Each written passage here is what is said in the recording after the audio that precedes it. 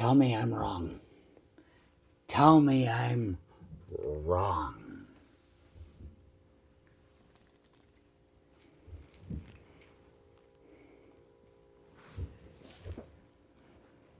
We go through our lives and we don't pay attention. When Grandpa tells it, I did. My grandfather sitting there without a shirt, with his skeleton showing, like you will know me if the future is for real. He's sitting in a chair without a shirt with a skeleton showing, and he's telling a story. He's telling a story about how when he was a little kid in Elmira and the train stopped and people got off the train, he was working the fields with the family, you know. They're working the fields. I almost cursed because nobody likes the fields. We just have to work them. And that's what makes us better than the person that will not work. We find a way to get along.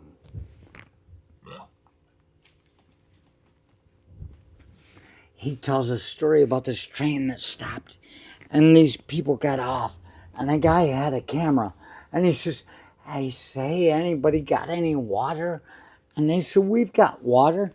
Like liberal Kansas. That's mighty liberal of you to give your water for free.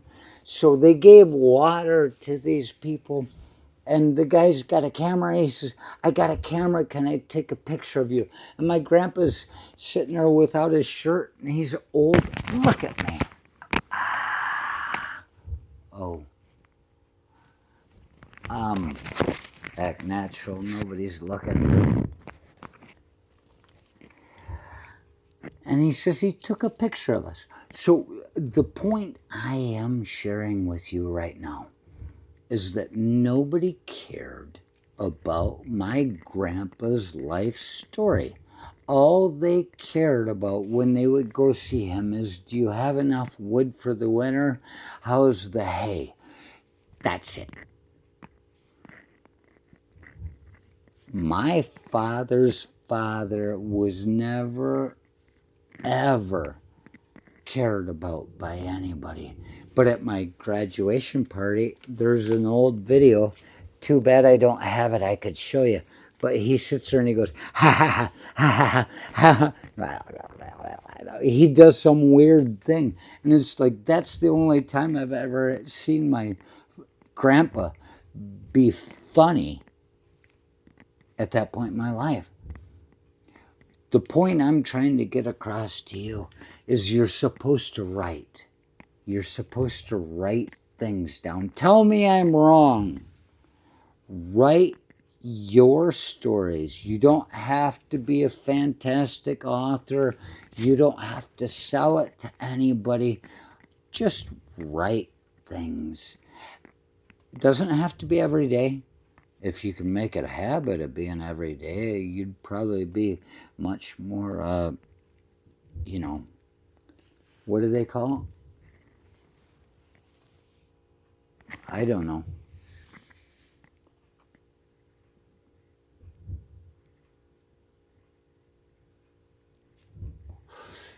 Profund. But you don't have to sell it to anybody. Just leave something there for your children to listen to. Because there are so many wonderful stories. Who gives a shit about my grandpa getting his picture taken by a guy because he gave him water? Who gives a shit? There's a lot more to that. Why do you think he doesn't trust the cell phone towers? Because it's the government looking. Why do you think the government's looking? Because he grew up during the Depression. How do you know that he grew up during the Depression? Because she says, what'd you do for fun when you were a kid, Grandpa? And he said, ah! I said, what'd you do for fun? He didn't have any fun. Grew up during the Depression. He grew up during the Depression, a goddamn World War One, a World War Two, and fucking who gives a fuck?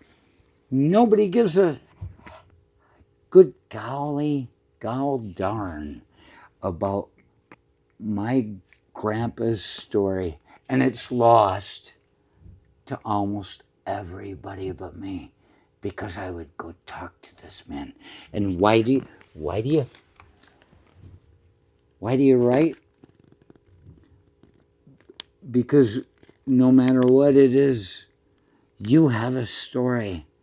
You've been around. I mean, like, look at this.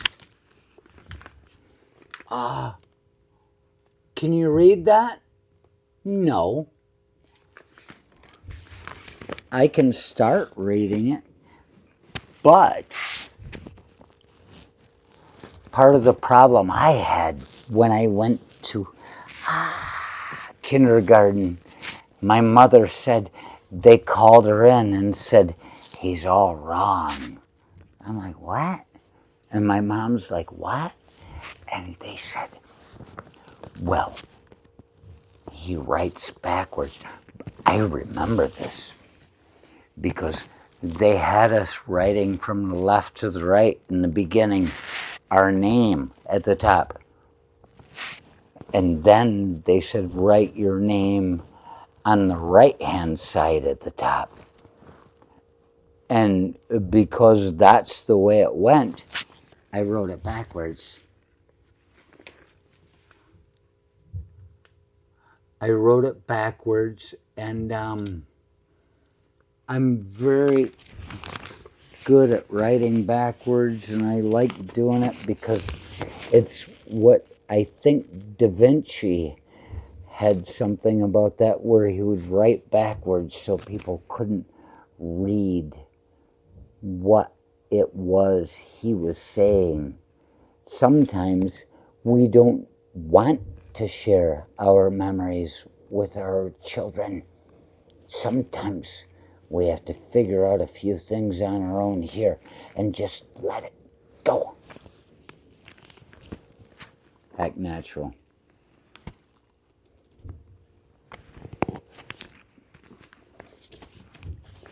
And so,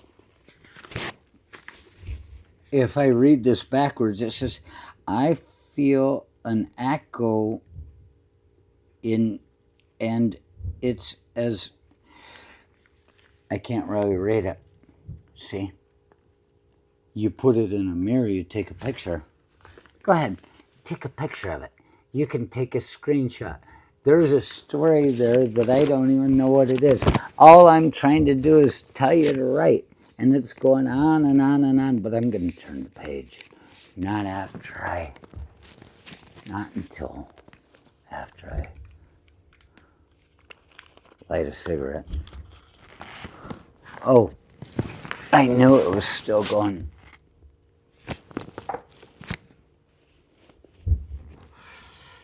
But, so there, you can write backwards all you want, or you can do what I do and you write from the bottom up. That's easier way of doing it. It's faster. Oh my good golly. The sacrifice, the beast, hindrance. But can the rotting carcass, oh my God, where are we? Sometimes we just cannot see where we've been. And other times, where we've been serves only to cloud our visions of where we might be able to go. And sometimes we sacrifice a part of ourselves in order to go on and achieve other things in our lives.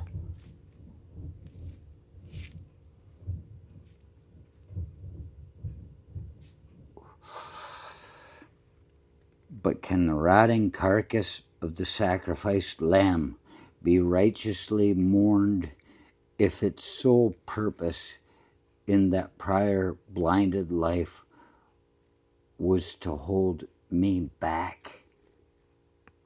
The sacrifice, the beast, hindrance.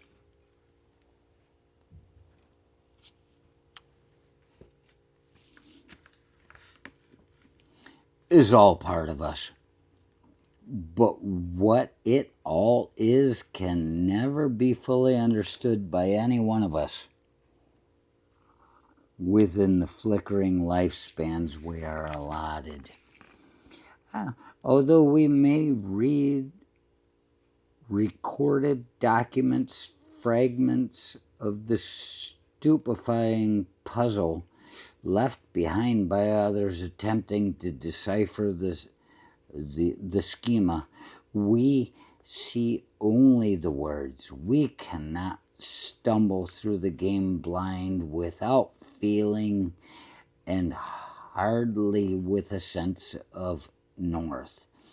The best imaginings of what it all means would in the end be bleak and dismal, lost in the shadow of the immensity of it all. We must each and every one join hands in solitary purpose. Join hands, for that is what it all is all about.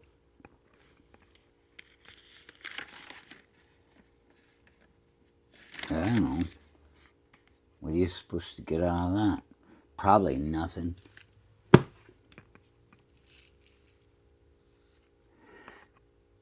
If you're not too embarrassed about what you've done, you will highly appreciate writing your own story.